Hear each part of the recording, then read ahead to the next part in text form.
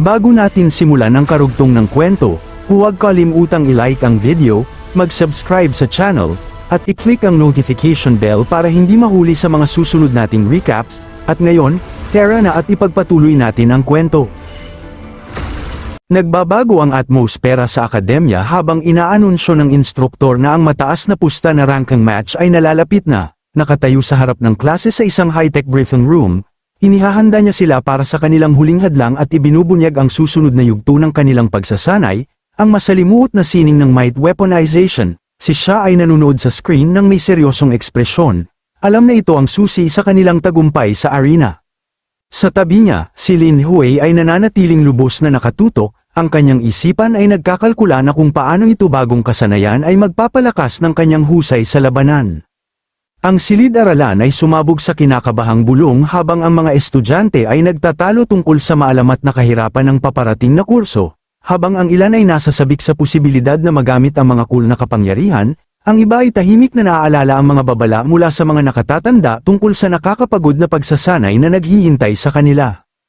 Nakatayo sa harap ng isang napakalaking digital display, ipinaliwanag ng instruktor na ang pag-weaponize ng might ay ang tanging tunay na paraan upang lumaban ng propesyonal.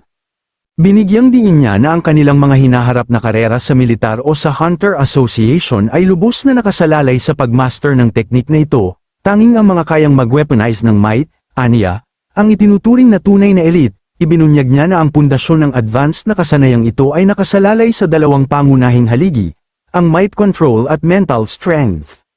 Si Lin Hui ay nabigla, napagtantong ang pagpino ng kanyang enerhiya ay maaari talagang magpalakas ng kanyang kakayahang pangkaisipan. Nagtataka siya kung paano niya napalampas ang napakahalagang impormasyong ito hanggang ngayon.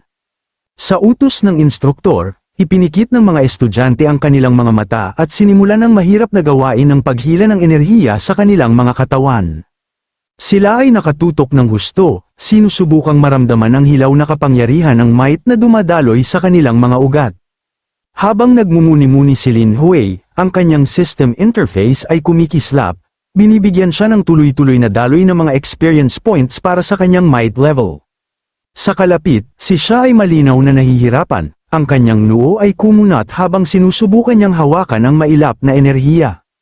Bulong niya kay Lin Hui nang may pagkabigo, nag-aalala na baka wala siyang kakayahang makabisado ang weaponization. Sa harap ng silid, binalaan ng instruktor ang klase na mag-ingat at huwag masyadong mabilis na i-absorb ang enerhiya, dahil ang paggawa nito ay maaaring mapanganib. Si Lin Hui ay ngumiti lamang, pakiramdam na lubos niyang kontrolado habang sinisip-sip niya ang kapangyarihan ng may kadalian na makakagulat sa kanyang mga kaklase. Biglang, tumingala si Lin Hui, nagulat sa isang presensyang nakabantay sa kanya. Nakatayo doon si Guru Wu, nagulat na ang bata ay tapos na sa kanyang pagmumuni-muni. Mahina kong ipinaliwanag ni Lin Hui na naunawaan na niya ang mga pangunahing kaalaman ng energy control. Bagaman binigyan siya ni Guru Wu ng isang mapanuring tingin, si Lin Hui ay nanatiling lubos na kalmado.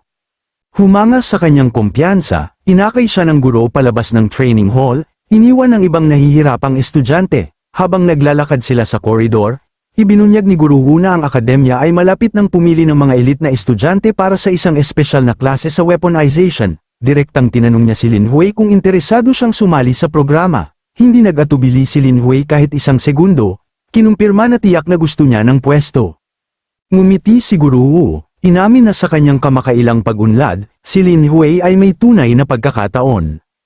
Dumating sila sa isang high-tech testing chamber na naglalaman ng isang misteryosong kumikinang na orb na nakapatong sa isang pedestal.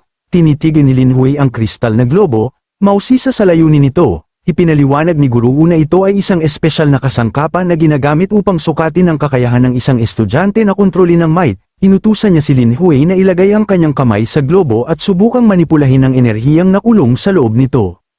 Tinitigan ni Lin Hui ang testing orb, nagtataka kung kaya niyang manipulahin ang enerhiya na hindi sa kanya. Hinimok siya ni Guru Wu na subukan, at iniabot ni Lin Hui ang kanyang kamay nang may matinding focus. Habang nagko-concentre siya, ang kanyang mga mata ay kumislap ng may matalim na gintong liwanag, at ang bughaw na enerhiya sa loob ng globo ay nagsimulang umikot ng marahas sa ilalim ng kanyang ganap na utos.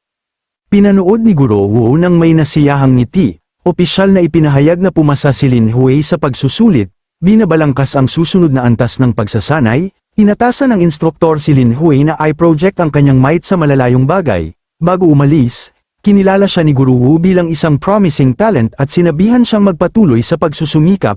Tinanggap ni Lin Hui ang papuri ng may kumpiyansang ngisi, lubos na handang itulak pa ang kanyang mga limitasyon. 3 araw ang lumipas sa isang blur ng walang tigil na pagsasanay habang ang akademya ay naghahanda para sa susunod nitong malaking kaganapan. Isang napakalaking tao ang nagtipon sa campus para sa lubos na inaabang ang chief selection match. Ang mga estudyante ay nagchichismisan ng sabik sa mga upuan, lubos na kumbinsido na si Wu Jixing ay garantisadong kukuha muli ng nangungunang pwesto. Ang hangin ay makapal sa pananabik habang ang mga elit ng paaralan ay naghahandang patunayan ang kanilang lakas sa arena.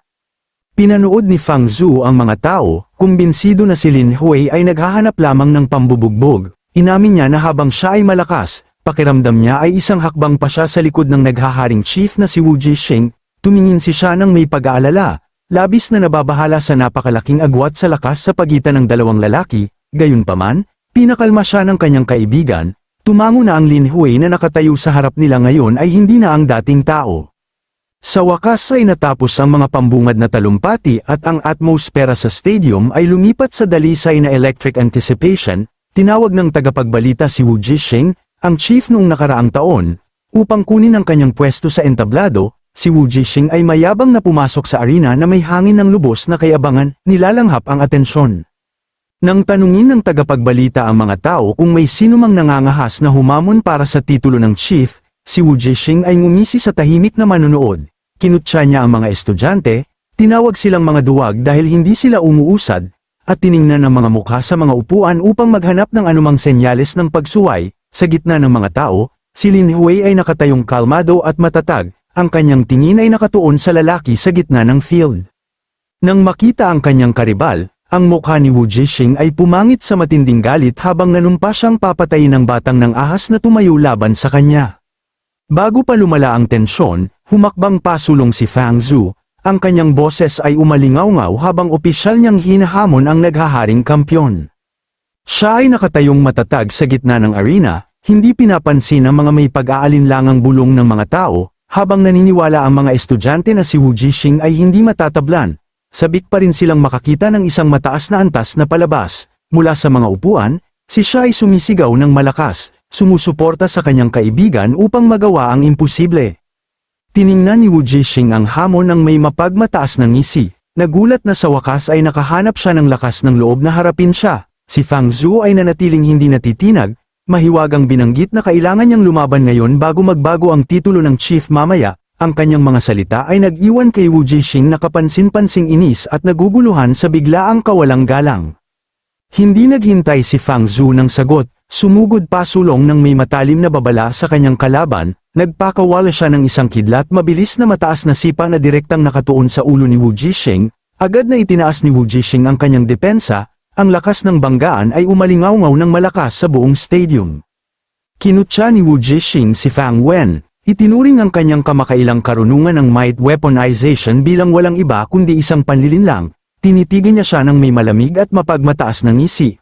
Lubos na kumpiyansa sa kanyang nakahihigit na ranggo, hindi natitinag.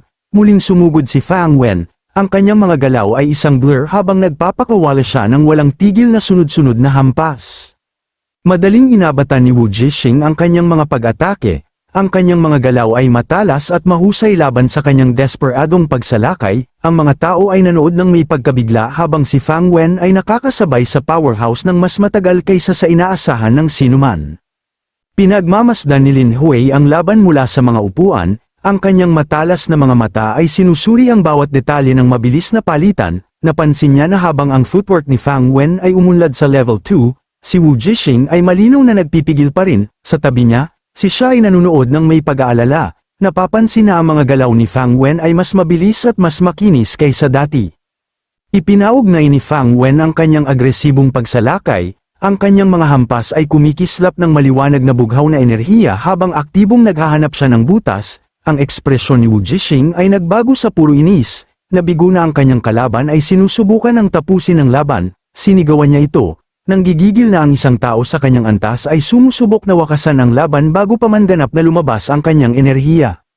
Lumingon si siya kay Lin Huey, desperadong nagtatanong kung si Fang Wen ay may pagkakataon na manalo. Umiling si Lin Huey, ipinaliwanag na ang agwat ng kapangyarihan sa pagitan ng ikalima at ikapitong pwesto ay napakalaki. Natanto niya na ang pinahusay na footwork ni Fang Wen ay nagbibigay lamang sa kanya ng ilang segundo pang kaligtasan. Sa arena, si Fang Wen ay gumawa ng isang mataas at malakas na sipa, inilagay ang bawat onsa ng kanyang lakas sa hampas.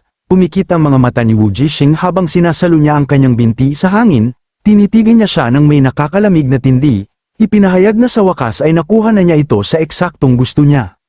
Namula ang mga mata ni Fang Wen sa takot habang napagtanto niyang nahulog siya sa isang bitag, hindi nag-aksaya ng kahit isang segundo si Wu Jixing, itinoon ang kanyang might sa isang mapaminsalang counter-strike, nagpakawala siya ng isang malakas na sipa na pumutok ng may nakakabulag na kidlat ng bughaw na enerhiya. Ang lakas ng impact ay naghagis kay Fang Wen paatras na parang basahan, dumausdos siya ng marahas sa sahig ng arena, lubos na nalagpasan ng napakalawak na lakas ni Wu Jixing.